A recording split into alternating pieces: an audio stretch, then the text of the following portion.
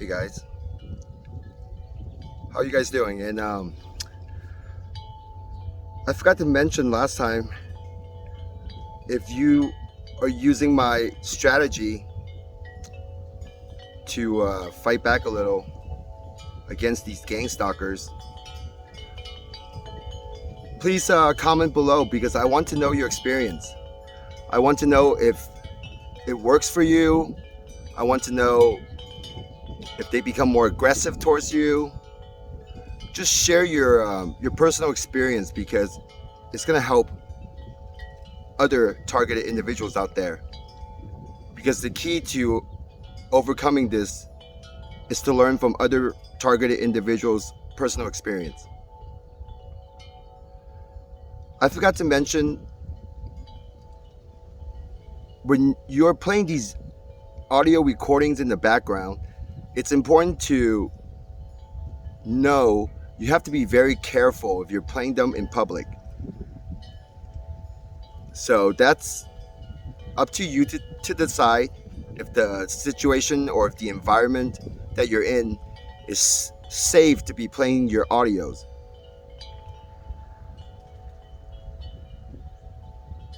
So today I want to talk about dealing with the police.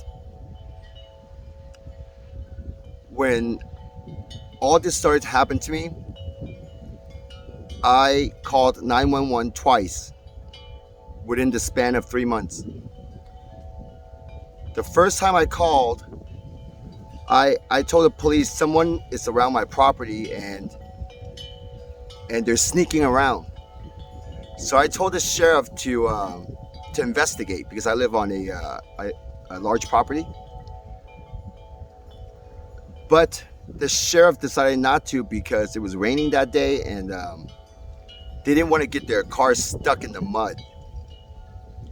So that was my first experience calling 911. My second experience with the sheriff was the time when everything was more intense. I mean, I was at a point where I was walking around my property strapped. I got my piece tucked into my belt. I was walking around with a loaded shotgun. Because at the time I really do believe someone is around here on my property, just outside my windows or around the corner of my fence, spying on me, trespassing. I felt my life was in danger. Also for my family as well, for their safety. Because at the time, I do believe someone was here trying to hurt me and my family. So with that being said, I called 911 eventually, and well, things didn't work out for me because eventually the sheriff showed up and they believe I need to be taken in for a 72 hours involuntary mental evaluation. And at the time, I don't know what that was. I've never heard of it. And so they took me in. And once you're in there, it felt like I was in a crazy house, crazy place but a jail house for crazy people. But it's not really a jail. It was a hospital. But it just felt like I was somewhere where I didn't belong and I'm the victim and I just want to get out of there. But since this happened in the middle of the night, the doctor was at home and I have no choice but to wait till morning when the doctors show up for my evaluation. So I slept there in these little beds in a room with a bunch of other people that I don't know, whom are also there for mental health evaluation. Yeah, it was quite scary. The nurse came and woke me up around 7 in the morning for breakfast, and I got up, ate breakfast, and I just sat there watching TV. Now, if you ever get yourself in this situation, you have to understand everything you do, they're observing you, they're watching your behavior. And a nurse came up to me to offer me a piece of paper and a pen to draw or write. And I looked at her and I said, no, thank you.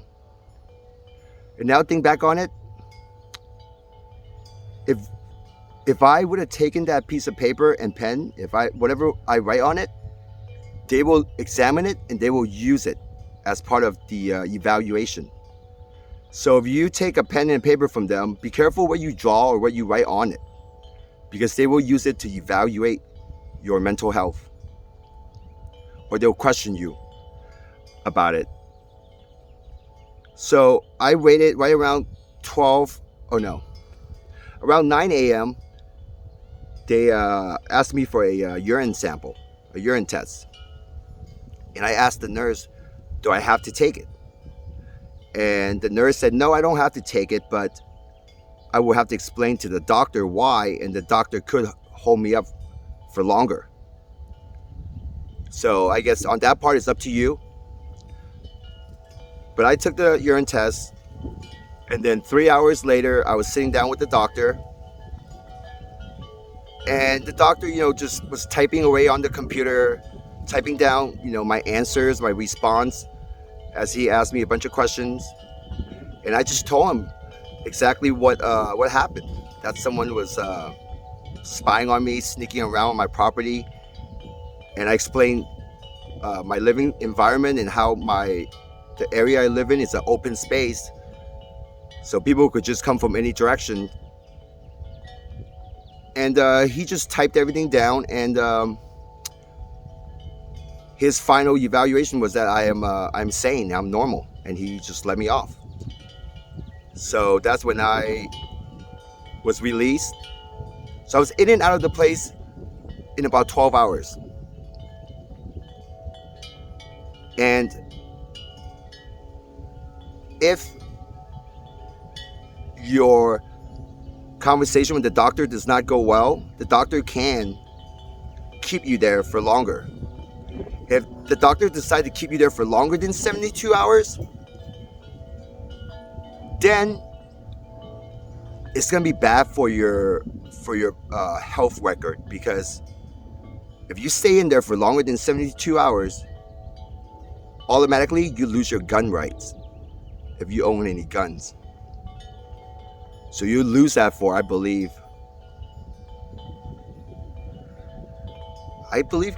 you know what, I don't want to say exactly how many years or if it's permanent, but you're going to need to appeal that, and you're going to need to hire a lawyer most likely. You have to go through the legal process to try to get your gun rights back. But just know, if you stay for longer than 72 hours, you're not going to be able to own any guns unless you fight in court. But obviously, if you have mental problems, then you really shouldn't own any guns. I mean, the doctor concluded that I am normal, and that's why I was out of there within 12 hours.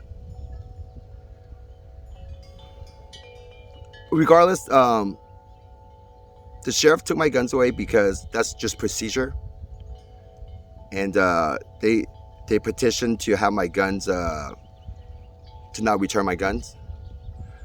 And then I was able to go to court and have them allow me to sell it. So I did. So I was able to get my money back. And now I don't own any guns. But I still can if I want to. But I just don't own any guns. And ever since that one night, I was a different person, because now I realized it was a wake-up call for me. I realized my life it's just a lot of these problems are created by me, because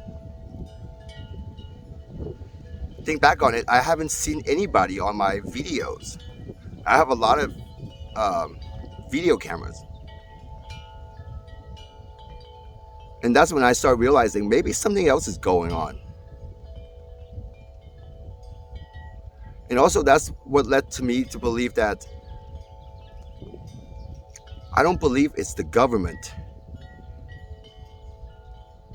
because it just doesn't make sense. It can't be the government, because why would they be spying on me 24/7 when I'm not doing anything that's worth to be spying on? So something else must be going on. And now years later, I know exactly what's happening. And soon enough, you guys will know for yourself. And you will know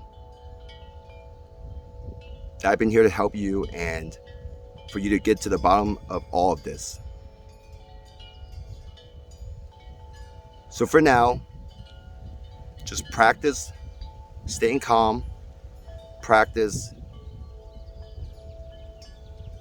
living peacefully, find yourself some hobbies, and keep yourself active, and try to live not in fear of these gangstalkers. If they're really telling you a lot of verbal abuse telepathically, just do what I taught you. Plug your ears and chant and do the hum. Do that for about 5-10 minutes, and you're gonna feel a lot better. And then use your phone and play the audio recording in the background on low volume. One of my audio is just the FU.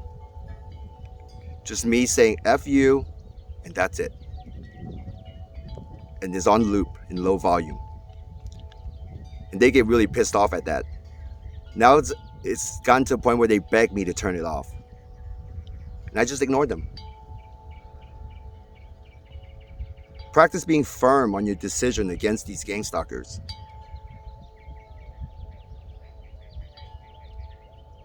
You're going to need to do some of these things to fight back a little. Otherwise, they will not leave you alone. And being too nice to these guys tends to not work for me.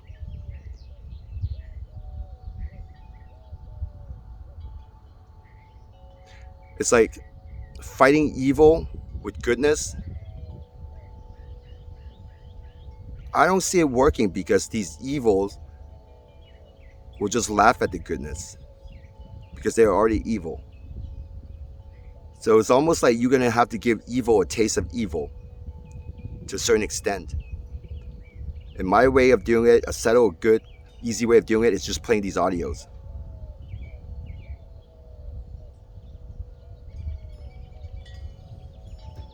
Shimon signing out.